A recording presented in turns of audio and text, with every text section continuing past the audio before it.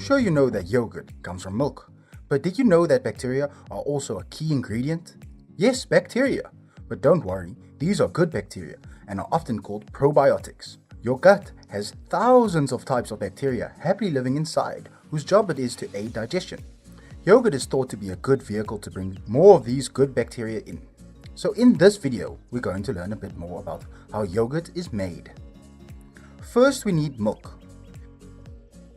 Before we start the next steps, all of our equipment needs to be sterilized to kill off any unwanted bacteria and other microorganisms. Now we are ready to start. The milk is heated to somewhere between 85 and 95 degrees Celsius for between 15 and 30 minutes. This is a process called pasteurization and is also done to kill off any bacteria and other microorganisms that are naturally found in the milk.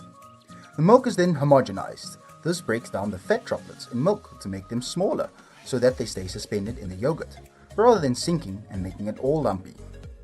So we've sterilized our equipment, then pasteurized and homogenized the milk. Now the mixture is cooled to 40 to 45 degrees Celsius and we add our special yogurt making bacteria. The mixture needs to be cooled first so that the bacteria aren't killed by the high temperature. You might be wondering why on earth are we adding bacteria when we've gone to all the effort so far of killing all the bacteria. We're adding lactic acid bacteria, which are also used in cheese manufacturing. The two species used to make yogurt are Lactobacilli and Streptococcus. But don't worry, you don't need to learn these names. Just remember that lactic acid bacteria are added. These lactic acid bacteria are known as the starter culture. The bacteria ferment the milk and change it into yogurt.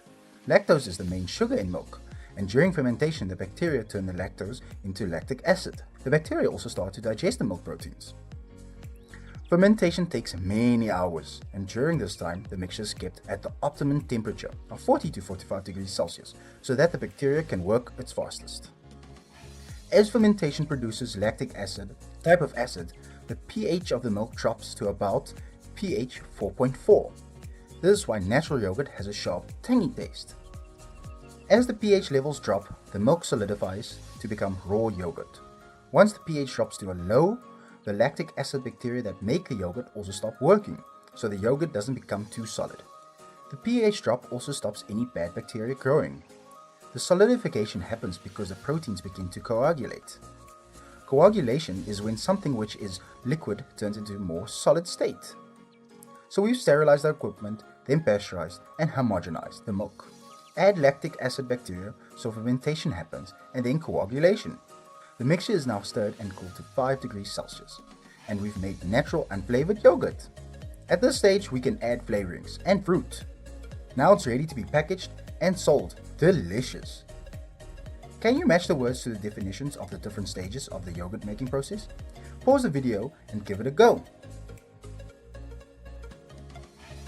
Did you get them right? Now what about completing the missing words? Again, pause the video and work them out. Did you get them right? So there we have the process of yogurt making, from milk to a tasty strawberry flavored yogurt. If you liked the video, give it a thumbs up and don't forget to subscribe. Comment below if you have any questions. Why not check out our FuseSchool app as well? Until next time.